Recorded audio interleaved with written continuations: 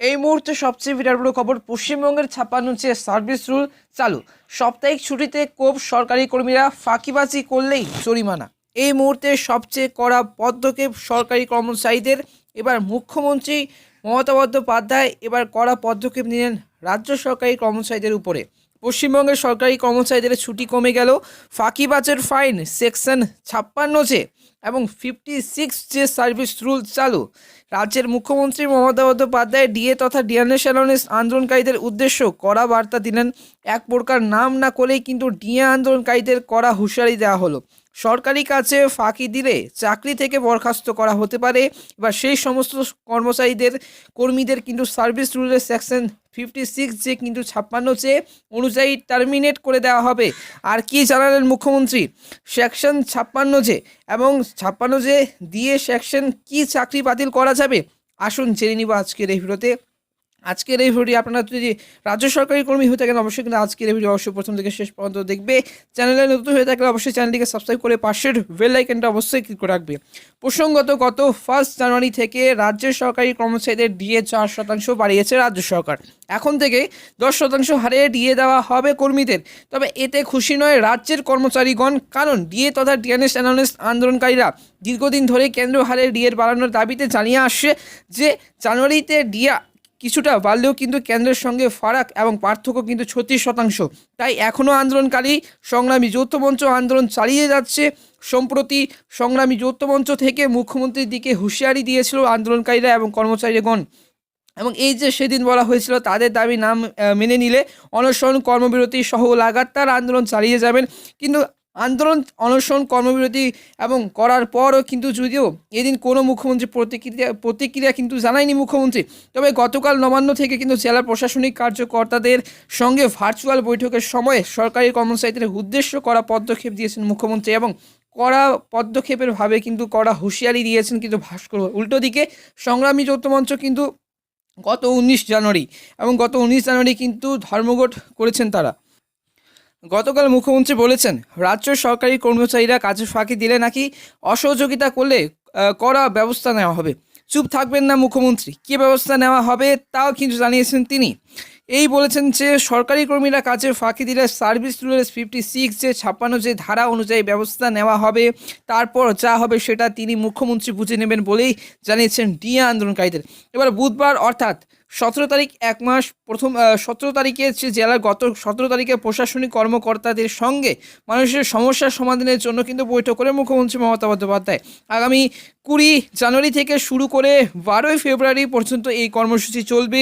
সরকারি অফিসাররা বুথ স্তরে গিয়ে মানুষের সমস্যার সমাধান করবেন। এর মাঝে কোনো সরকারি কর্মচারীরা যেন কাজে ফাঁকি না দেয়। কাজে ফাঁকি দিলে নেওয়া হবে কড়া পদক্ষেপ। মুখ্যমন্ত্রী হুঁশিয়ারির পর সার্ভিস রুলের সেকশন 56 যে ধারা নিয়ে বেশ কিন্তু হইচই শুরু করেছে এবং হইচই শুরু হয়েছে। এই ধারা আসলে কি? এই ধারাতে কি সরকারি চাকরি চলে যাবে, বা নাকি সরকার বরখাস্ত করা কর্মীদের এবং বরখাস্ত করা হবে সরকারি কর্মীদের? এ প্রশ্ন অনেকের মধ্যে কিন্তু জানা যাচ্ছে এই ধারায় চাকরি যাওয়ার কোনো সম্ভাবনা নেই। তবে চাকরি ব্রেক হতে পারে, বেতন কমতে পারে, পরবর্তীতে পেনশন পাওয়ার ক্ষেত্রে সমস্যা হতে পারে। এবার রাজ্য সরকারি কর্মচারীরা ডিএ আন্দোলনকারীরা এদিকে কিন্তু ফের অনশন, ধর্মঘটের হুঁশিয়ারি দিয়েছে সংগ্রামী যৌথ মঞ্চের রাজ্য সরকারকে। এবার বকেয়া ডিএ স্বচ্ছ নিয়োগ এবং প্রতিহিংসামূলক বদলি প্রত্যাহারের দাবিতে মুখ্যমন্ত্রী মমতা বন্দ্যোপাধ্যায়ের সঙ্গে দেখা করতে সময় চেয়ে চিঠি দিয়েছিল সংগ্রামী যৌথ মঞ্চ। অভিযোগ, মুখ্যমন্ত্রী দপ্তর থেকে উত্তর আসেনি, তাই আজ এবং গত শনিবার থেকে মঞ্চের সদস্যরা কয়েকজন ফের শহীদ মিনারে কিন্তু মঞ্চে দেখা দিয়েছে এবং অনশনে বসেছেন তারা। কিন্তু মঞ্চের অন্যতম আহ্বায়ক ভাস্কর ঘোষ জানিয়েছেন, দাবি না মিটলে 29 জানুয়ারি থেকে কিন্তু আগামী 29 জানুয়ারি থেকে সরকারি কর্মচারীদের লাগাতার ধর্মঘট শুরু হবে, এবার অনির্দিষ্টকালের জন্য। তাদের মধ্যে কিন্তু স্কুল শিক্ষকেরা রয়েছেন এবং 2 ফেব্রুয়ারি থেকে কিন্তু মাধ্যমিক এবং 16 ফেব্রুয়ারি থেকে উচ্চ মাধ্যমিক পরীক্ষা। 2 ফেব্রুয়ারি থেকে মাধ্যমিক পরীক্ষা এবং 16 ফেব্রুয়ারি থেকে উচ্চ মাধ্যমিক পরীক্ষা। শিক্ষকেরা কি ধর্মঘট করবেন? ভাস্কর ঘোষ বলেন, দাবি মেটানোর দায় কিন্তু সরকারের, তবে পড়ুয়াদের অসুবিধা হয় এমন কিছু করবো না। এবং ভাস্কর ঘোষের মতেই যে পড়ুয়াদের অসুবিধা না হয় এমন কিছু করবো না। যে শুক্রবার শহীদ মিনারের নিচে 359 কিন্তু পা দিলে মঞ্চের অবস্থান। আজ কিন্তু 361 দিন ধরে তারা কিন্তু আন্দোলন করছেন। এখনো পর্যন্ত তারা কিন্তু সংগ্রামী যৌথ মঞ্চে শহীদ মিনারে বসে তারা কিন্তু আন্দোলন করছেন।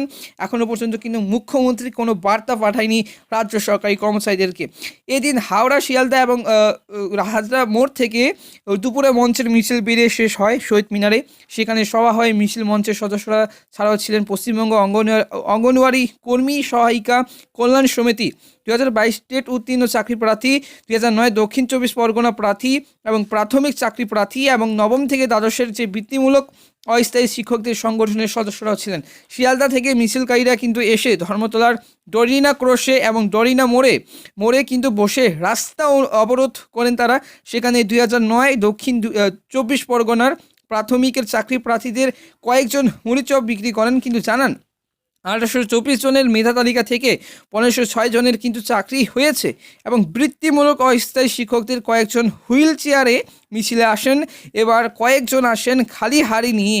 এই সংগঠনের শুভদীপ ভৌমিক বলেন, 11 বছর ধরে আমরা অস্থায়ী শিক্ষক বেতন অনিয়মিত, আমাদের বাড়িতে ঠিক মতো ফাতের হাড়ি চলে না। তো রাজ্য সরকারি কর্মচারীদের এই আন্দোলন করার কারণ একমাত্রই যে ডিএর জন্য, যে বেতন রাজ্য সরকারি কর্মচারীরা বেতন কম পাচ্ছেন এবং কেন্দ্র সরকারি কর্মচারীরা কিন্তু পুরো বেতন পাচ্ছেন।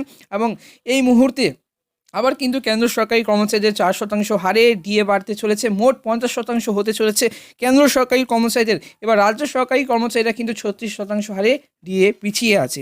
তো এখনও পর্যন্ত কোনো বার্তা পাঠায়নি মুখ্যমন্ত্রী। অবশ্যই আপডেট আসছে, অবশ্যই কিন্তু আমাদের এই চ্যানেলটিকে সাবস্ক্রাইব করে পাশের বেল আইকনটা অবশ্যই ক্লিক করে রাখবে এমন ভিডিও আপডেট পাওয়ার জন্য। ধন্যবাদ।